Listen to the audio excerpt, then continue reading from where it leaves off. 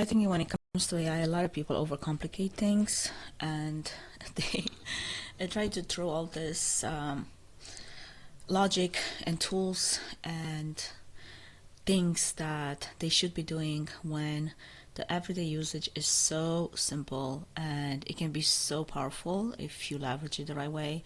I go back to ChatGPT Atlas right now just because here's another example how I use it in a way that it's easy and it doesn't impede on privacy or on anything that has to do with me sharing information with the model that is not yet fully tested.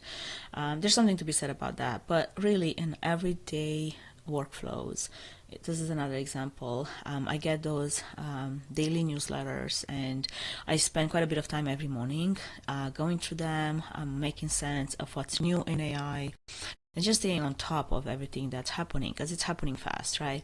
So Air Street is sending quite a bit of information, general speaking, of AI making an impact and technology advancements in different parts of the ecosystem. So this one is about retrieval that matters for protein models, and if you read this newsletter, it explains how this new model Profluent works and how it's such a paradigm shift and what is it designed to do, all of that, right? It's not easy necessarily to understand if you're not per se in that world. Like, I'm not necessarily a doctor that would understand a lot of what proteins do, but I am interested in that technology because I'm very much into fitness. I'm interested into building the muscle, which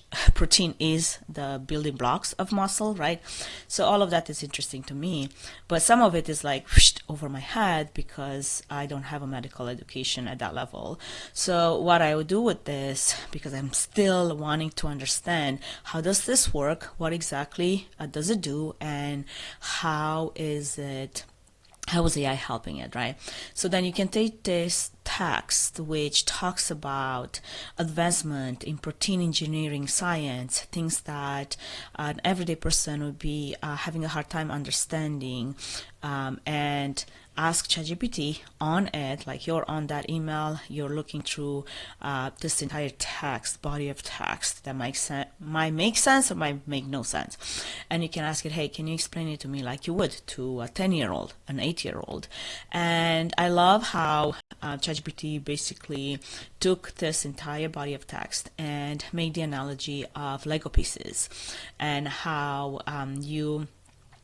there's this parallel between what happens with the protein building blocks and the Lego pieces, and how this new AI model, E1, is looking at it from a different point of view and analyzing it, because before it was very hard to go into this amount of data and create links between different parts. So we just try to look at one part and then try to do another part.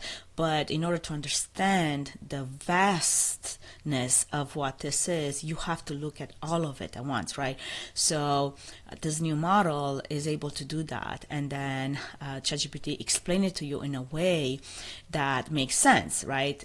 With parallels like you would understand. And I love that. I really love that, because I can take this information and also explain it to my son. He's very smart. He's very interested in technology and AI and anything and everything that has to do with science, but then also he's very much into Legos. So I can take this parallel, explain it to him in a way that makes sense, and be able to have a language that we both understand while still explaining the advancement. So this is just one tiny example of how you can use Atlas in your simple workflow, which is emails. You get emails all the time.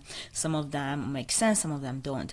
I also, would look at an email and I really do not feel like answering, because either it promotes like negative emotions or I'm just not in the mood, and this is where AI is so helpful. So that was the video for today.